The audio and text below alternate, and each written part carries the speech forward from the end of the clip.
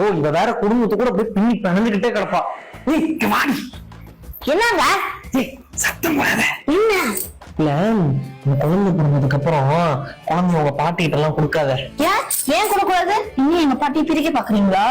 அது இல்ல லூசு. இப்ப உங்க அண்ணனோட குழந்தைய காலையில குளிக்க வைக்காம உங்க பாட்டி கிட்ட கொடுத்தாங்க. சரி, உங்க பாட்டி அந்த குழந்தைய வச்சு வாலிபால் விளையாடிட்டு இருக்காங்கடி. வாலிபால் விளையாடுறாங்க? என்னங்க சொல்றீங்க? நம்ம குழந்தை எப்படி குளிக்க வைப்போம்? கால் நல்லா நீட்டிட்டு குழந்தைய அப்படியே நடுவுல படுக்க வச்சுட்டு அதுல அப்படியே தண்ணி சூடா இருக்கா வெதுவெதுன்னு இருக்கா இதெல்லாம் நம்ம விரல விட்டு செக் பண்ணிட்டு அப்படியே மெதுவா சொட்டு சொட்டா தண்ணிய ஊத்துவோம். அதுல கொஞ்சமா சோப்பு போடலாமா வேணாமா, தண்ணி பட்டும் படாம சோப்பு தொட்டும் தொடாம இப்படி மெதுவா எதவும் குளிக்க வச்சதானே நம்ம பார்த்திருப்போம்.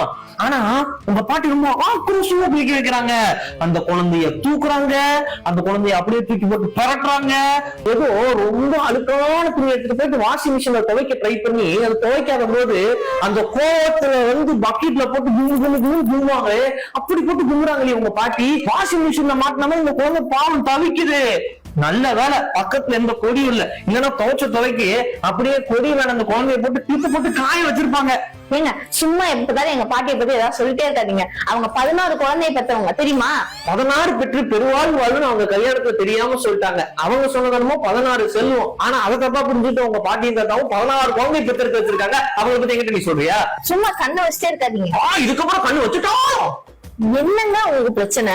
நம்ம குழந்தைய கொடுக்காதடி அவ்வளவுதான். பாட்டிட்ட குழந்தை கொடுக்குறாரா? சரி சரி, அப்ப எங்க பாட்டி வந்து குழந்தை தொடும் போது இந்த பாருங்க பாட்டி, எங்க ஹஸ்பண்டுக்கு நீங்க தொட்டா பிடிக்காது, அதாவது தொடாதீங்க, நீங்க தொட்டா கெட்டுரும் அப்படின்னு சொல்லவா? இதேதான் உங்க பாட்டிக்கும் சரியா? அட அப்படி இல்லம்மா, உங்க லூசு. போங்க லூசா. இவன டீசெண்டா திட்டிட்டு போறா. எனக்கு புரியவே இல்லைங்க. ஜெனரேஷன் அப்படியே மாறிக்கிட்டே இருக்கு. இன்னும் இவங்க பழசான இருக்காங்க. அப்ப அந்த குழந்தைங்க எல்லாம் போட்டு துவைக்கதான் போறாங்களா? எவ்வளவு சொன்னாலும் புரிஞ்சுக்க மாட்டாங்க. எத்தனை சோசியல் மீடியா ரீல்ஸ் பாக்குறாங்க, இன்னும் அறிவு வர மாட்டேங்குது.